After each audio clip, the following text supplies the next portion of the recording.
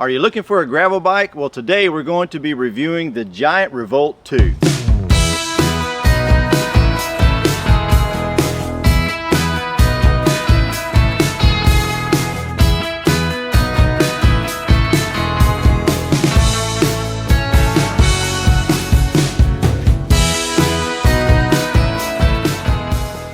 Hey guys, welcome back to the channel. Today we got a great bike on loan to us from our good friends at Truly Spoken. They are our local Giant dealer. They are a very family friendly shop and they're very well versed in all things that have to do with bikes. They're great mechanics and just good people, and they'll take good care of you, and they have lots of bikes in stock.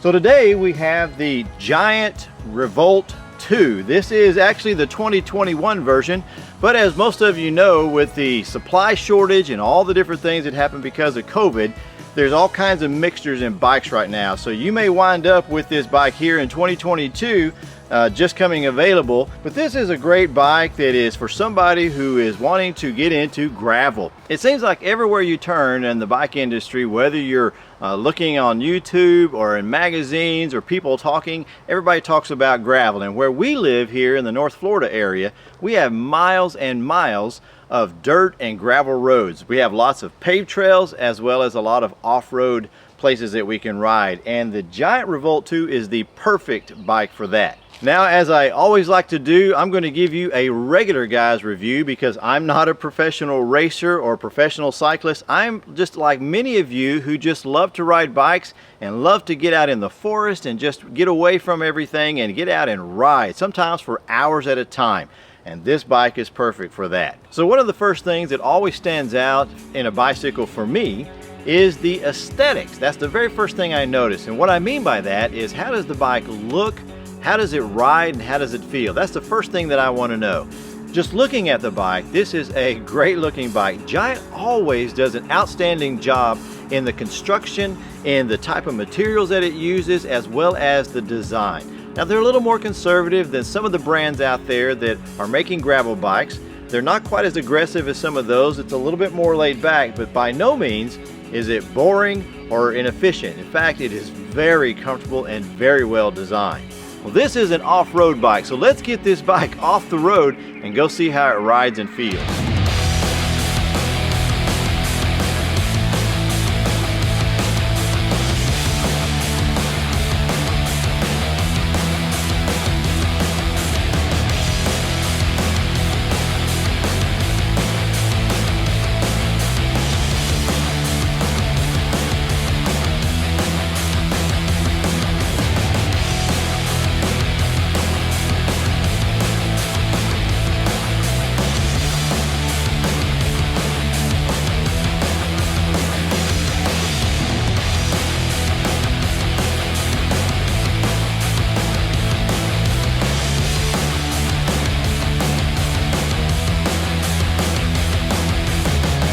Well, let me tell you, that was a lot of fun. This bike is so comfortable. I had the opportunity to ride this bike on some trails with my wife, and I was in the saddle for 5 to 6 hours, and man, this bike was so enjoyable to ride. In fact, there were many times that I just wasn't thinking about it. The bike just kind of disappeared, and I was just enjoying the ride.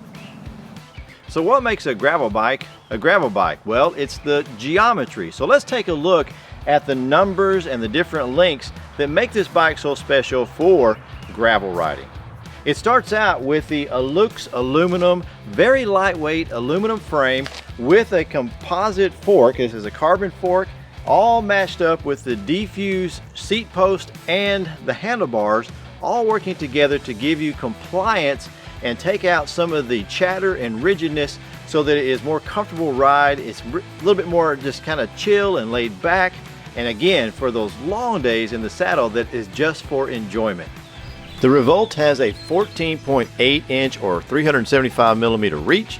It has a wheelbase of 40.4 inches or 1025 millimeters. It has a head tube angle of 70.5 degrees and a seat tube angle of 73.5 degrees. It also has a very generous 75 millimeters of trail, which gives it that more relaxed feel. Now, the chainstay length comes in at your average 430 millimeters for a gravel bike, and whenever I measured front to center, I got 610 millimeters.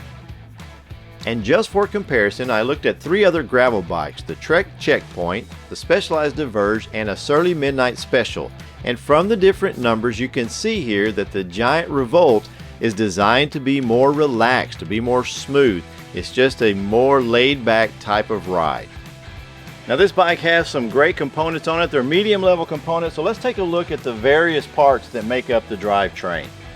The first thing I noticed is this is not a complete Shimano Sora group set. I don't know if it's because there's a supply shortage or if they're trying to lower the price point. But it starts out with a full speed ahead Vero Pro 32x48 tooth dual crankset matched up with a Shimano Sora 2x9 front derailleur and a Shimano Sora 9-speed medium cage rear derailleur. And this is matched up with a Shimano HG400 11x34 tooth cassette. All of this is controlled by Shimano's dual controlled 2x9 shifters that are very reliable. They have a very clean click to them. You can reach these very easily from the hoods or down in the drops. The Giant Revolt comes with a great set of tires, wheels, and hubs. So let's take a quick look at those. One of the key features that makes a gravel bike distinctly a gravel bike is ample tire clearance built into the frame. And as you can see here, the Giant Revolt has very generous space for larger tire sizes. When I measured the fork, I got 65 millimeters of clearance, and then on the seat stay, I measured 72 millimeters of clearance. That is certainly plenty of space for some pretty wide tires on this bike. It comes from the factory with Giant's Crosscut AT2 tires that are 700 by 38C.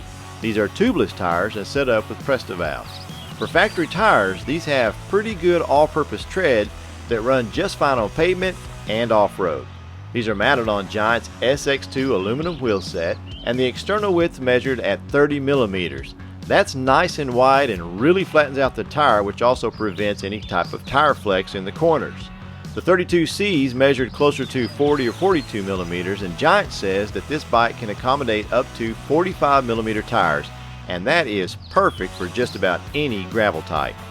The hubs are Giant's SX2 hubs with 12 millimeter through axles. Overall, this is a great set of tires and wheels that comes on this bike right from the factory. This model comes with mechanical disc brakes.